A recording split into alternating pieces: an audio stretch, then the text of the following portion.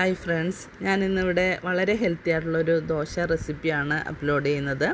ഇതിൻ്റെ പ്രത്യേകത എന്താണെന്ന് വെച്ചാൽ ഇതിലൊട്ടും തന്നെ നമ്മൾ അരി യൂസ് ചെയ്യുന്നില്ല. അതുകൊണ്ട് തന്നെ നമുക്ക് ഹെൽത്ത് കോൺഷ്യസ് ആയിട്ടുള്ള ആൾക്കാരും അതുപോലെ ഡയറ്റ് ഫോളോ ചെയ്യുന്ന ആൾക്കാർ, ഡയബറ്റിക്സ് എല്ലാവർക്കും ധൈര്യമായിട്ട് കഴിക്കാം. കാരണം മില്ലറ്റ്സും പയറുവർഗ്ഗങ്ങളും മാത്രമാണ് ഇതിൽ യൂസ് ചെയ്തിരിക്കുന്നത്.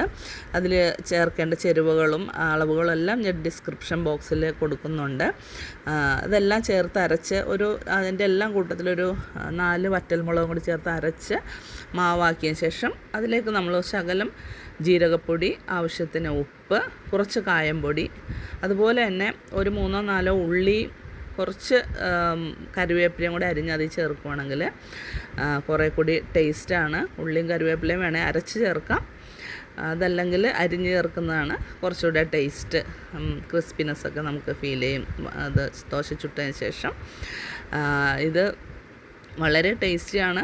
ഇതിൻ്റെ കൂടെ കൂടുതൽ യൂസ് ചെയ്യുന്നത് ഞാൻ കഴിച്ചിട്ടുള്ളതൊക്കെ തേങ്ങാ ചമ്മന്തിയാണ്. പക്ഷേ ഇതിനൊരു വെറൈറ്റി ആയിട്ട് ഞാനിന്ന് ഒരു ടൊമാറ്റോ ചട്നിയാണ് ഉണ്ടാക്കുന്നത്.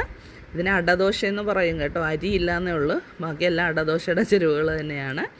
അപ്പം നമ്മൾ ചട്നിക്കായിട്ട് കടുക് പൊട്ടിച്ച് കുറച്ച് ഉഴുന്നും പരിപ്പും എല്ലാം പൊട്ടിച്ച് അതിലേക്ക് നമ്മൾ കുറച്ച് പച്ചമുളക്, അതുപോലെ തന്നെ സവാള എല്ലാം ഇട്ട് വഴറ്റിയതിന് ശേഷം നമ്മളുടെ തക്കാളി ഇടുക.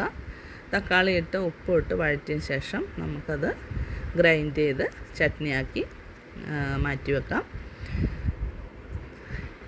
പിന്നെ ഇതുപോലെ നല്ല ടേസ്റ്റിയുള്ള ചട്നിയാണ്. ഇനി നമുക്ക് ദോശ ഇടാം. അതിനായിട്ട് നല്ലെണ്ണയാണ് യൂസ് ചെയ്യുന്നത്. നല്ലെണ്ണ നമ്മൾ ചട്ടിയിൽ പുരട്ടിയതിന് ശേഷം ദോശമാവ് ഒഴിക്കുക. നമ്മൾ ഇച്ചിരി ക്രിസ്പി ആയിട്ട് വേണമെങ്കിൽ കുറച്ച് പരത്താം, നൈസായിട്ട് പരത്തിയെടുക്കാം. അതല്ലെങ്കിൽ ഇച്ചിരി കട്ടിയാണെങ്കിൽ ടേസ്റ്റാണ്. കാരണം വളരെ സോഫ്റ്റാണ് ഇത് ഉണ്ടാക്കിയതിന് ശേഷം. അപ്പോൾ നമുക്ക് കഴിക്കാനായിട്ട് വളരെ ടേസ്റ്റി ആൻഡ് ഹെൽത്തിയാണ്. ഇപ്പം ഇതുപോലെ നമ്മൾ പരത്തിയതിന് ശേഷം ഒരു വശം അടുത്ത വശം മറിച്ചിടുക.